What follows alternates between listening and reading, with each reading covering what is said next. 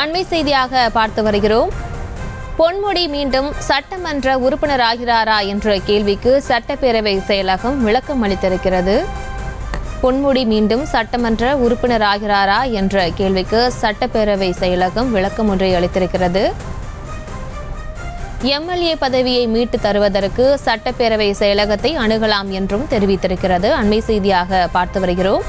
MLA பதவியை மீட்டு தருவதற்கு பொன்முடி சட்டப்பேரவை செயலகத்தை அணுகலாம் என்று தெரிவித்திருக்கிறது.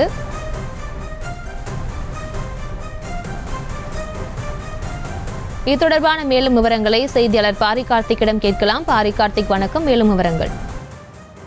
பொன்முடி மீண்டும் எம்எல்ஏ ஆகுவாரா என்ற கேள்வி தற்போது எழுந்திருக்கிறது. அதன் அடிப்படையிலே ஏற்கனவே கொடுக்கப்பட்ட அந்த 3 ஆண்டு தண்டனை என்பது தடுத்து நீக்கப்பட்டதாக நீதிமன்றம் அறிவித்துள்ள நிலையில் தனக்கு எதிரான தீர்ப்பு நிறுத்தி வைக்கப்பட்டுள்ள நிலையில் தான் குற்றமற்றவர் என்பதை தனது எம்எல்ஏ பதவியை விட்டு தருவதற்கு தமிழக சட்டப்பேரவை செயலகத்தை அணுகலாம் என்றும் தற்போது கூறியிருக்கிறார்கள். அல்லது இதே கோரிக்கையை வைத்து நீதிமன்றத்தை நாடலாம் என்றும் தற்போது சட்டப்பேரவை செயலகம் விளக்கம் அளித்திருக்கிறது.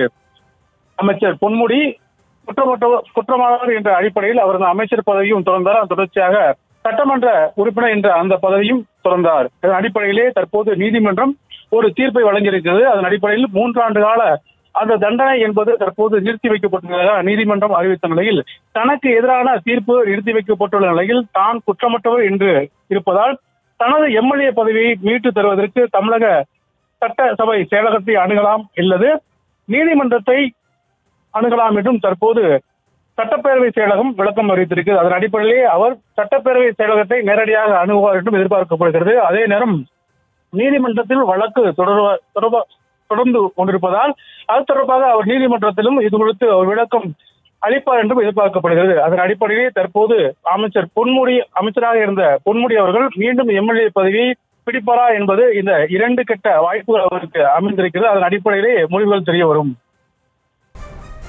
விவரங்களுக்கு நன்றி பாரி கார்த்திக்.